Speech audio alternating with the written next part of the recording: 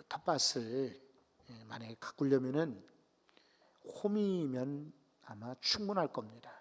어쩌면은 삽이 필요할지도 모르죠. 근데 대부분 작은 텃밭, 마당 같은 데는 홈이만 가지고 땅을 팔 수가 있어요. 근데 집을 짓거나 또 건축물을 세운다든지 아니면 다리를 놓거나 축대를 쌓는다든지 할 때는 포크레인이 필요합니다. 호미로는 도저히 안 되고 삽으로도 안 되죠. 그래서 큰 중장비를 가지고 땅을 팔 때야 수월하게 파낼 수가 있습니다. 성경을 볼 때에 호미로 성경을 파듯이 읽는 이들이 있습니다. 그냥 슬쩍슬쩍 스쳐갈 뿐입니다. 그러나 삽으로 파듯이 깊이 힘주어 파는 경우가 있습니다. 학자들의 경우에는 더 중장비, 많은 그런 아마 학적인 도구를 가지고 성경을 파게 될 겁니다. 그래서 문화적 배경이나 역사적 배경이나 문법적 배경이나 또 혹은 언어적 배경이라든지 이런 것을 가지고 도구를 가지고 팝니다. 오늘 오후 시간에 저와 여러분들은 그냥 호미로 슬쩍 지나치듯 말씀을 보지 말고 좀 더 깊이 삽으로 우리 파듯이, 어쩌면은 포크레인으로 땅을 파듯이 오늘 말씀을 깊이 한번 파면은 좋겠다, 이런 생각이 듭니다. 초막절에 감사합니다. 예상하셨다시피 우리 11월 셋째 주에는 추수감사절을 지나기 때문에 특별히 오늘 감사에 관한 주제로 말씀을 드리려고 합니다. 16장을 보면은 6월절에 대해서 먼저 소개하고 있습니다. 6월절은 또 무교절이라고도 부르기도 하죠. 그 다음에 두 번째 절기로 77절을 소개하고 있습니다. 9절에 보면은 77절을 쭉 어떻게 지키는가 소개합니다. 그리고 오늘 읽은 본문의 말씀은 초막절이기도 합니다. 그런데 여러분, 구약을 우리가 읽을 때에 우리는 세 가지 먼저 선 이해를 가지고 구약 본문을 읽어야 합니다. 첫째는 하나님의 뜻이 무엇이냐는 것입니다. 구약은 옛날의 성경이고 신약은 오늘날의 성경이 아니라 구약에 하나님의 뜻이 있어요. 그리고 구약만이 보여주는 하나님의 계획이 있어요. 그래서 원칙은 하나님의 뜻이 뭐냐, 이거 찾는 것이 구약을 읽는 자세예요. 두 번째는 성도들은 이 구약 성경 가운데서 삶의 모델을 얻는 것입니다. 자, 나는 이 구약의 시대는 다르고 상황 다르고 여건 다르지만은 그러나 구약의 인물들, 구약의 사상들, 구약의 교훈들, 구약에 나타나는 그런 복음적 요소를 통해서 우리는 어떤 모델을 배울 수 있는가? 여기에는 약간 위험하기도 합니다. 아전인수격으로 해석을 하거든요. 그래서 구약을 적용하기가 쉽지가 않습니다. 그래도 우리는 하나님의 뜻이 어디 있느냐, 나는 이 구약에서 뭘 배울 거냐, 이런 의식을 가지고 구약 성경을 들여다보는 것이 아마 유익할 거예요. 세 번째 자세는 소위 구속사적 역사관을 갖는 것입니다. 구약은요, 신약과도 같이 하나님의 구원의 역사를 기록한 거예요. 그 구원의 역사를 우리가 놓치면 안 돼요. 우리가 살아가면서 정말 놓치지 말아야 될 것이 있고, 내가 아무리 힘들어도 이것만큼은 보존하고 이것만큼은 지켜야 되겠다라고 생각하는 것이 있듯이 구약을 읽을 때는 큰 줄기 구원의 역사, 구속사를 우리가 놓쳐서는 안 돼요. 그럼 오늘 초막절도 이 세 가지 원리가 그대로 적용이 되고 있어요. 여기서 우리에게 보여주시는 하나님의 뜻은 무엇이냐 찾는 겁니다.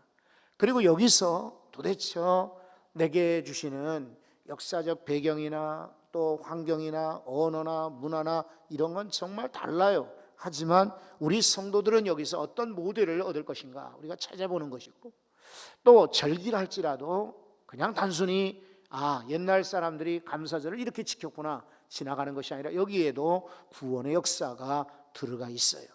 그래서 깊이 파지 않으면은 구원의 역사는 그냥 도외시하고 우리가 흔히 본문을 읽고 또 해석하고 설교를 듣듯이 그냥 감사라는가 보다 이렇게만 생각이 쉬워요. 그래서 오늘 이 세 가지를 마음에 우선 담고 본문을 들여다보도록 하겠습니다. 여러분, 지금 말씀드린 이 유월절, 즉 무교절과 유월절은 겹쳐 있으니까 무교절이라고 할 수 있고 유월절이라고 할 수 있는데, 그 다음에 7.7절과 그리고 이 수장절, 이거는 아주 쉬운 것 같아도 어려워요. 그리고 혼동이 많습니다. 그리고 단순하지가 않아요. 이거는 역사적인 배경도 있거니와 영적인 그런 배경도 들어가 있어요. 그러니까 구약의 절기는 단순히 하나 이름이 아니라, 예를 들어서 유월절이라고 했다가 무교절이라 했다가 때로는 초실절이라고 했다가 또 혹은 7.7절이라고 했다가 또 신약에 와서는 오순절이라고 했다가, 아이고 헷갈려요. 그리고 수장절만 해도 그래요. 어떨 때는 초막절이라고 하고 장막절이라고 하면서 이번에는 수장절이다. 자, 초막절이냐 수장절이냐, 이것은 똑같은 사실은 절기인데 어디에다가 방점, 어디에다가 강조점을 주느냐에 달려 있어요. 수장절이라고 하는 것은 농경 시대의 배경을 하고 있는 거예요. 모든 곡식들, 밀이나 포도 같은 거 전부 곡식을 거둔 다음에 그리고 저장하는 수장, 저장하는 절기다 해서 이것이 바로 수장절이라고 부르는 거예요. The fest of ingathering, 영어로는 이렇게 말해요. 모아서 거두는 축제다. 이래서 수장절 이렇게 불러요. 근데 왜 그러면 초막절이라 부르느냐? 이것은 역사적인 영적인 그런 배경에 근거하고 있어요. 이스라엘 백성들이 광야로 나왔을 때에 하나님이 이 초막절을 지키라고 명령하십니다.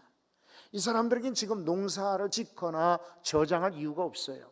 그래서 대신 초막절을 지키라고 하는 것입니다. 왜 초막절을 지느냐 하면, 이스라엘 백성들이 이제 정착해서 광야에 살 곳이 아니거든요. 이들은 가나안을 향하여서 가야 되는 나그네 생활이었기 때문에 장막을 온전히 말뚝박고 거기다가 벽돌을 쌓고 흙벽을 짓고 그리고 부엌을 만들고 안방 만들고 그러고 살 시간이 없어요. 초막에 사실은 충분했어요. 왜냐하면 언제든지 걷어서 가져가야 되기 때문에요. 그래서 초막절이라고 부르는 것이고요. 왜 초막절이냐면은 이스라엘 백성들이 광야 생활을 하나님 앞에 감사하며 그날을 기억하는 것, 광야에서 살았던 걸 기억하라는 뜻에서 초막절을 지키라라고 명령하신 거예요. 근데 오늘 성경은 수장절이라고 이렇게 표현하고 있습니다. 다시 말해 농경 생활을 배경으로 하는 거지요. 그런데 초막절은 히브리 말로 수콧이라고 불리우는데, 이 수콧은 장막 혹은 천막, 때로는 임시 가옥, 이런 뜻을 가지고 있어요. 예를 들면은 창세기 33장에 야곱이 라반의 집에서 내려와 가지고 수콧이라는 곳에 도착합니다. 여기다가 장막을 식구들과 가축들을 위해서 지었다. 그곳 이름을 수콧이라 불렀다. 이렇게 말합니다. 구약 성경의 지명은요, 원래 있었는데 그 위에다가 더 이름을 덧붙인 게 아니라 새로이 빈 땅에 장막을 짓고 살았던 그곳에 이름을 붙인 거예요. 그러니까 길갈이라고 하는 지역을 한번 생각해 보세요. 길갈, 그냥 평야지대예요. 옛날에는 거기 마을에 사람들이 안 사는 그런 광야지대라고요. 평야지대였는데 이곳에다 돌을 세웠어요. 기념비를 세웠어요. 그래 돌을 세웠다 그래서 그곳이 길갈이 된 거예요. 숫꽃도 마찬가지예요. 그냥 허벌판입니다. 그런데 야곱 일행이 가족들과 함께 가축들과 삼촌의 집에서 이제 가나안 땅에 내려와서 장막을 지었다 해서 장막, 초막이라는 그런 이름으로 숫꽃이라 부른 거예요. 또 하나, 이스라엘 백성들이 출애굽을 해가지고 제일 먼저 장막을 친, 광야에 들어가기 전에 애굽 땅에 제일 먼저 장막을 친 곳을 또한 숫꽃이라 불러요. 이것도 역시 초막을 친 장소다 해서 그렇게 부른 거지요. 그런 거로 이스라엘 백성들은 이 초막절 그리고 이 수장절을 같이 하나로 묶어 지키게 되는데, 아까 말씀드린 것처럼 그러면 하나님의 뜻은 어디에 있느냐? 감사하라는 것입니다. 한번 따라서 보세요. 감사하라. 감사하라는 뜻에서 초막절, 장막절, 수장절을 지키게 하신 거예요. 이스라엘 백성들이 애굽에서 나올 때를 한번 생각해 보십시오. 바로 왕이나 이스라엘 이 애굽인들이 허용을 안 했습니다. 그런데 하나님의 전적인 은혜로 말미암아 해방되어 나왔잖아요. 그것을 감사하라는 거예요. 그리고 여러분, 이들이 나올 때 빈손으로 나오지 않았습니다. 애굽 사람들에게 많은 패물이며 옷이며 가축, 그리고 또 때로는 이런저런 이 물건들을 전부 또 싣고 나오게 했어요. 여러분, 우리가 종종 성경을 읽다가 오해하는 부분이 있는데, 이게 뭐냐면 이스라엘 백성들은 광야에서 40년 동안 사는 동안 의복이 헤어지지 않았고, 그렇죠? 신발이 헤어지지 않았다. 그리고 발이 부르트지 않았다. 이렇게 성경에 기록하고 있습니다. 그래서 많은 이들이 혼동하기를, 아하, 하나님이 광야에서는 옷이 상하지 않게 하셨구나. 그리고 신발도 헤어지지 않게 하셨구나. 천만에요. 그런 게 아니라 이미 애굽에서부터 많은 여러분 가죽의 도구가 되고 또 천이 될 수 있는 그런 폐물들, 가구들, 가축들, 많은 그런 직물들을 가지고 나오게 만드신 거예요. 그러니까 이들은 농사짓지 않아도 얼마든지 받고 신을 수가 있고 받고 입을 수가 있는 거예요. 그래서 그들은 헤어지지 않을 정도로 이걸 비유로 봐야 돼요. 메타포, 은유로 봐야 돼요. 이걸 그냥 문자적으로 40년 동안 헤어지지 않았는데 이렇게 보는 게 아니라 얼마든지 헤어질지라도 하나님이 치우게 해주신 거예요. 여러분, 종종 성도들이 이런 오해를 합니다. 자, 우리가 믿음으로 기도하면은 응답되고 다 해결돼야 되지 않느냐, 이렇게들 생각을 해요. 그래서 내 뜻대로 안 되고 내가 낳지 않고 해결되지 않으면 하나님의 기도에 응답하지 않은 것으로 우리 착각을 해요. 그런데 여러분, 우리가 기도하는 것이 우리가 원하는 대로 다 이루어지는 것이 응답이 아니고요, 행여 우리 생각에는 이루어지지 않았다 할지라도 버틸 수 있는 것 은혜입니다. 그리고 지나갈 수 있는 것, 이거 은혜입니다. 그리고 응답이기도 합니다. 병을 낫기 위해서 기도했지만은 하나님은요, 바울이 3번이나 기도했지만 응답하지 않으셨어요. 그래서 깨닫기를, 왜 하나님이 내 기도에 응답하지 않았느냐, 불평한 것이 아니라 하나님이 나로 하여금 자고하지, 교만하지 않도록 일부러 그렇게 응답하지 않아야 하셨구나라고 바울은 봤습니다. 여러분, 성숙한 신앙인들은 그렇게 믿는 겁니다. 신발이 헤어졌다고 해서 하나님이 돕지 않는 것이 아니라 얼마든지 새로이 바꿀 수 있는 거 하나님의 은혜지 않습니까? 내가 병이 낫지 않는 것 응답이 아니라 병이 있지만은 견딜 수 있는 것도 하나님의 기도의 응답인 것입니다. 저 사람이 참 나쁜데 왜 저 사람은 하나님이 처리하지 않느냐, 응답이 안 되나 보다가 아니라 그런 상대가 있어도 우리가 견디고 포용할 수 있게 하시는 것이 기도의 응답인 거예요. 자, 그런 점에서 감사는요, 이제 하나님이 이 초막절을 주시는 그런 하나님의 뜻이에요. 그리고 성도들은 이 초막절을 통해서, 수장절을 통해서 무슨 자세를 가져야 될 것인가? 그 오늘 본문을 한번 보십시오. 13절에 나와 있습니다. 너희 타작 마당과 포도주 틀에 소출을 거두어 드린 후에 얼마 동안이요? 1회 동안 초막절을 지키라. 사실은 77절은요 하루만 지키면 되었어요. 무교절 7일이었고요 여기 초막절은 7일간 지키게 했어요. 7일이라고 하는 숫자는요, 이거는 계속 이어지는 거예요. 완전 수예요. 그러니까 감사는 그날 하루로만 감사가 아니라 77절 같은 때는 물론 급하고, 그리고 저들이 농경사회성에 가장 바쁜 절기였기 때문에 하나님이 하루 축제를 지나고 절기를 지키고는 일터로 나가라고 배려하신 거죠. 그런데 이 초막절은 일부러 7일간 지키게 하셨어요. 그것은 감사가 영원하라, 감사는 잠깐 일생의 어느 한순간이 아니라 계속되라고 하는 그런 영속성의 의미입니다. 성도는 어떤 자세를 가져야 되느냐, 바로 이 초막절의 수장절의 본문을 읽으면서 하나님, 제가 오늘만 감사하고 기쁜 날이 있다고 감사가 아니라 언제든지 감사하게 해주세요, 이런 자세를 우리가 배울 수가 있어요. 여러분, 많은 사람들은요 좋은 일 있고 기쁜 일 있고 신나는 일 있고 잘 될 때 감사할 줄 압니다. 근데 진정한 성도, 성숙한 성도, 앞서가는 성도, 정말 칭찬받을 수 있는 성도들은요, 환경이 깜깜해도요, 막혀 있어도요, 우울할지라도 그래도 감사합니다. 여러분, 7일 동안의 의미를 아시겠어요? 7일은 딱 날을 세 가지고 7일간이 아니라 언제든지 항상 감사라는 뜻이에요. 그래서 데살로니가전서 5장 18절에도 말씀하시잖아요. 범사에 감사라 그랬어요. 범사에 감사는 아무 때든지 어느 상황이든지 모든 상황에 감사라, 이런 말이에요. 여러분, 안 되어도 감사합시다. 이것이 하나님 우리에게 주신 자세예요. 그리고 힘들어도 감사합시다. 하나님이 우리에게 주시는 그런 뜻이에요. 안 되어도 슬퍼도 괴로워도 감사하시면 하나님이 그 감사의 힘을 통해 더 크게 앞으로 나가게 해주실 줄 믿습니다. 대부분의 사람들이요, 불평을 하고 그리고 짜증을 내고요, 불만을 갖습니다. 그러니까 앞으로 못 나가는 거예요. 근데 감사하는 성도는요, 아무리 힘들고 어려워도 나가게 만들어요. 그래서 여러분, 신앙도 그렇고 성경도 그렇고 우리 기도도 그렇고 우리가 찬양함도 헌신함도 마찬가지지만 호미를 가지고 이렇게 슬쩍 스쳐 지나가는 그런 봉사, 그런 기도, 그런 성경 연구, 그런 섬김 헌신이 아니라 깊이 파고 들어가는 그런 믿음을 갖기를 바랍니다. 또 성도들은 이 구속사적으로 이 절기가 주는 교훈이 뭐냐? 한번 14절을 보십시오. 절기를 지킬 때에는 다 같이 한번 읽어볼까요? 너와 내 자녀와 노비와 내 성중에 거주하는 레위인과 객과 고아와 가부가 함께 즐거워하라.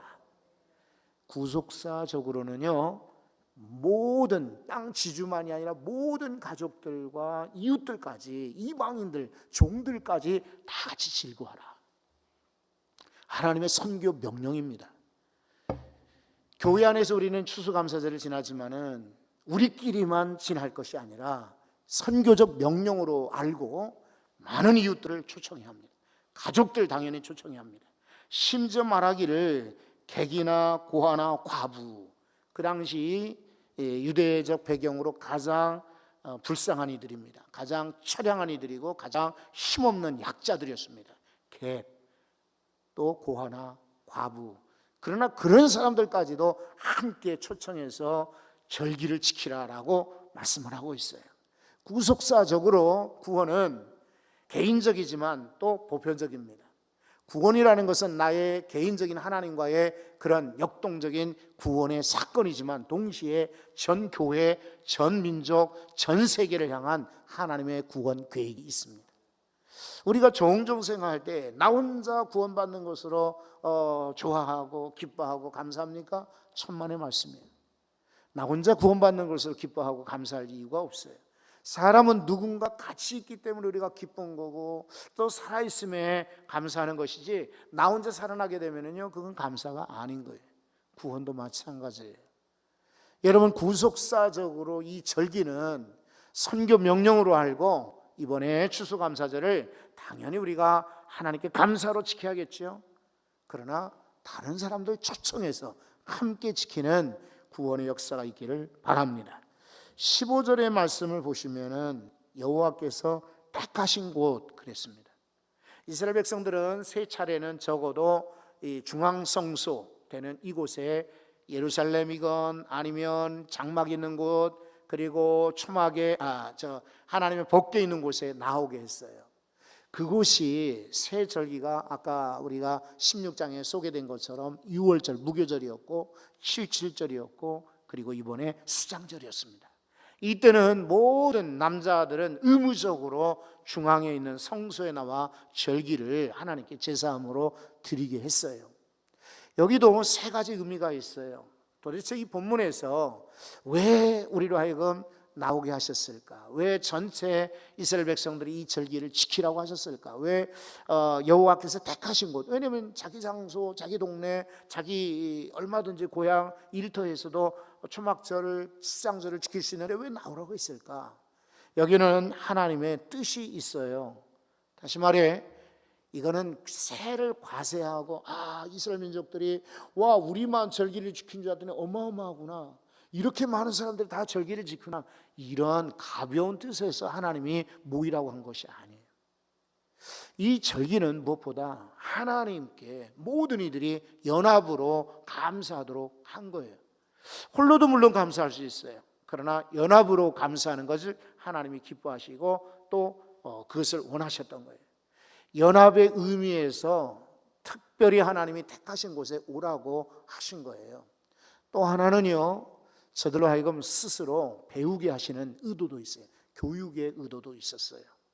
그래서 나에게 도대체 원하는 것이 뭘까라고 할 때, 다른 사람들이 드리는 제물, 다른 사람들이 드리는 제사, 다른 사람들이 드리는 감사, 다른 사람들이 드리는 헌신을 통해서 우리는 스스로 깨닫고 배우게 되는 것입니다. 대학 교수 되는 친척분이요, 이 양반이 전혀 몰랐던 거예요. 초상집에 얼마를 가져다 내야 될지 몰랐어요. 잔치집에 얼마를 갖다 줘야 될지 몰랐어요. 근데 이분이 자기 집에 아들을 결혼시킬 때야 그제서야 깨닫는 거예요. 내가 그동안에 너무 실수했구나. 다른 사람들 보니까 특별히 우리 집이라고 많이 하는 건 아닐 터인데 이렇게 하는데 나는 몰랐구나. 여러분, 다른 그 집에 장례가 나서야 비로소 한 거예요. 나는 장례라고 하면은 그냥 뭐 한 2만 원 이렇게 내는 줄 알았는데, 와, 우리 집 장례를 치르고 보니까 그게 아닌 것을 깨닫게 된 거예요. 여러분 잘 들으셔야 돼요. 특별히 우리 교회처럼 한 곳에 오랫동안 있었고 어디 이사도 안 가고 변동도 없고 성도들 변하지 않고 오래 있는 성도들은 내가 잘 믿는 줄 알아요. 내가 바르게 믿는 줄 알고 내가 정확하게 믿는 줄 알아요. 이제 열려지고 다른 사람이 하는 것을 봐야 돼요. 그래야 내 행동을 교정할 수 있고 내 믿음을 수정할 수가 있어요. 내가 지금 잘못 믿고 있구나, 내가 잘못 헌신하고 있구나 하는 걸 알 수가 있어요. 그렇다고 여러분들이 지금 잘못 믿는다라고 말씀드리는 게 아니에요. 혹시라도 우리 부분에, 우리 삶 속에, 신앙 속에 여러분 내가 잘 깨닫지 못하고 나는 이것이 전부인 줄 알고 이렇게 하는 것이 최상인 줄 알았다 한다면 다른 사람을 통해서 배울 수가 있는 거죠. 겸손히 우리가 마음을 열어놓고 우리가 배웁시다. 다른 성도들은 어떻게 헌신하고 어떻게 헌금을 하고 어떻게 신앙생활하는지 배우셔야 돼요. 참 부끄러운 얘기가요, 다른 교회에서 이제 우리 교회 이렇게 전입해 오신 권사님들이 그러시는 거예요. 나는 평화교회 와서 깜짝 놀라요. 권사님들이 예배 안 나오시더라고요. 권사님들께서 신방 받자 그랬더니 이거 아니에요. 다리 목사 오시나요? 부목사님? 아이고 그럼 다음에 받을게요. 권사님들이 그러신다는 거예요. 그러면서 전입에 오신 새로 오신 권사님들이 이거 참 곤란하다, 어떻게 하면 좋으냐라고 말씀하세요. 정말 부끄럽기 짝이 없어요. 권사님들 뿐이시겠어요? 집사님들도 그렇고요. 자, 여러분 조금 마음을 열어보십시오. 왜 하나님의 택하신 곳에 일부러 부르셨나? 그렇게 복잡한데 연합의 의미도 있지만 배우라는 뜻입니다. 예배요, 우리가 텔레비전 보고 영상으로 집에서 얼마든지 드릴 수 있습니다. 근데 왜 나와서 드리나요? 나와가지고 나쁜 거 배우라는 게 아니라 우리가 연합의 의미도 있고, 저 성도 정말 헌신하는구나, 나도 좀 닮아야지. 저분 저렇게 열심히 뜨겁게 기도하는구나, 나도 배워야지. 이런 교육의 의미도 있어요. 그래서 하나님이 이게 중앙성소로 택하신 곳에 모이라 하는 의도가 있는 거죠. 구속사적으로는 어떤 의미가 있습니까? 구원은 오직 하나님 한 분에게 있다는 것입니다. 각 처소에서 제각기 사사시대 모양으로 내가 우상이고 내가 잘났고 내가 신이다라고 떠드는 사람들이 없도록 구원은 한 길이다, 유일한 한 길이다, 이걸 가르치기 위해서 중앙에 모이게 하신 거예요. 개인주의적 구원과는 엉터리입니다. 어떤 사람에게 속한 구원과는 이단이고 그것은 사입입니다. 우리는 전적으로 성경적 구원을 믿습니다. 그 성경적 구원의 기본은 하나님께서만이 우리의 구원자가 되시는 것입니다. 그래서 우리는 중앙성소로 택하신 곳에 모이라고 할 때 모이는 것이죠. 그러니까 내 마음대로 여러분 제사 드리기 싫어가지고 그냥 뭐 인터넷에 제물 이제 그림 이렇게 올려놓고 이미지 올려놓고 휴가지에서 인사하는 그런 사람들이 얼마나 많아요, 그죠? 그건 제사 드리는 게 아니죠. 그러려고는 하지 말아야죠. 그와 같이 예배도 너무 가벼워지고 기도 생활 가벼워지고 때로는 설교도 가벼워지고 또 우리의 섬김도 가벼워지는 이때에 여러분 더 깊이 들어가 파는 우리 믿음의 사람들 됩시다. 호미 가지고 쓱쓱쓱쓱 밭고랑을 만지는 사람들이 아니라 여러분 딱딱해진 우리 심령 삽으로 파는 거예요. 굳어진 내 마음을 깊이 파는 거예요. 그리고 나서 옥토로 만들고 부드러운 흙으로 만들어서 심어야 열매가 잘 나지 않겠어요? 오늘 말씀도 찬송도 은혜도 기도도 설교도 어떤 형태의 우리 신앙생활이 더욱 깊어지기 소원합니다. 하나 더 말씀을 드릴게요. 여러분 16절에 보시면 너희 가운데 모든 남자는 1년에 3번 무교절, 칠칠절, 초막절에 내 하나님 여호와께서 택하신 곳에서 여호와를 배웁되 빈손으로 여호와를 배웁지 말라. 그런데 여러분 이 16절의 앞과 뒤에 주시는 말씀이 있어요. 하나는 즐겁게 지키라 이런 말이고요. 그 다음에 17절에는요 힘대로 지키라 이런 말입니다. 그런데 이 중앙에 있는 이 16절의 말씀은 여호와 하나님을 배우라 하는 것이 이게 가장 중요한 구절이에요. 설교자들은 유혹을 받죠. 그리고 좀 어려운 형편에 있는 교회 목사님들은 이 본문을 가지고 빈손으로 하나님께 나오지 말라 설교하고 싶어지죠. 근데 적어도 우리 교회 금요일 날도 말씀드렸습니다만은 이제 우리는 50주년의 성도들입니다. 이미 다 알죠. 다 이미 어떻게 우리가 추수감사절 때는 감사할지를 아시죠. 그렇기 때문에 굳이 빈손을 제가 강조할 이유가 없습니다. 더욱 중요한 것은 즐겁게 이 절기를 지키는가 하는 것이고 여호와를 만나는가 배우는가 하는 것이고 그리고 정말 하나님께 힘대로 드리는가 하는 것입니다. 특별히 여러분 16절을 제가 고른 이유를 아시겠습니까? 이 절기 때는 적어도 3번만큼은 여호와를 만나라는 것입니다. 제물을 드리는 것이 절기가 아닙니다. 사람들과 만나고 어울리고 잔치하는 것 절기가 아닙니다. 하나님을 만나는 것이 진정한 절기의 의미입니다. 성도들 가운데 전도하시죠.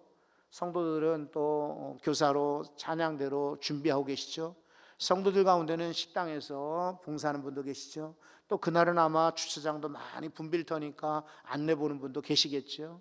교육자분들은 새로운 분들 다 이렇게 저렇게 또 아마 만나셔야 되고 또 때로는 체크도 하고 정말 분주하시죠. 근데 오후 시간에 여기 나오신 여러분들에게 진정으로 권하고 싶은 말씀이 있어요. 내가 아무리 중요한 일을 하고 큰 임무를 맡고 아주 막중한 일을 할지라도 하나님 만나는 게 최우선입니다. 하나님을 배웁지 않는다면 우리의 봉사 헛것입니다. 식당에서는 참 잘 보이는데 예배당에서는 안 보이는 성도들 계세요. 놀러 갈 때는 정확하게 나오는데 예배 시간에 기도 시간에 안 보이는 성도들 많아요. 친구들과 식당에서 요 밖에서 우리 교인들과 식당 가시면은 만나는 분들 많아요. 그리고 보면은 시장 바구니 들고 시장 왔다 갔다 하면서 만나는 분들 많습니다. 공원 앞에 많이 만납니다. 그런데 교회에서는 만날 수가 없어요. 그 여쭤보면은 아이고 몸이 아팠어요. 몸이 아픈데 어떻게 시장은 가나? 아이고 바빴어요. 그 바쁜데 공원에는 어떻게 오시나? 제 마음속에 그런 마음이 들어요. 여러분 우리 놓치지 마십시오. 내가 하는 일이 아주 막중하고 정말 중요한 일할지라도 추수감사절에 다른 것 여러분 놓치지 말고 하나님을 배우는 것, 하나님을 배울지라 이거 놓치지 않기를 바랍니다. 그 다음에는 하나님 만나면 그 다음에는요 저절로 이루어져요. 정말 헌금의 기본이 11조에 있듯이 예배의 기본은요 참여 하나님께 나오는 데 있습니다. 찬송 아무리 잘해도요 설교 아무리 잘하고 기도 아무리 잘해도 예배 시간에 안 나오는 이들은 하나님께 제대로 기도하거나 섬기거나 봉사하거나 찬양하는 이들이 아니에요. 우리 하나님을 배우는 일에 최우선으로 삼으십시오. 이번 추수감사절은 이 수장절의 감사와 같이 여호와께 온전히 드리는 감사절기가 되기를 소원합니다. 한번 합심기도 한번 드릴게요. 여러분, 오늘은 첫째 주일이기 때문에 우리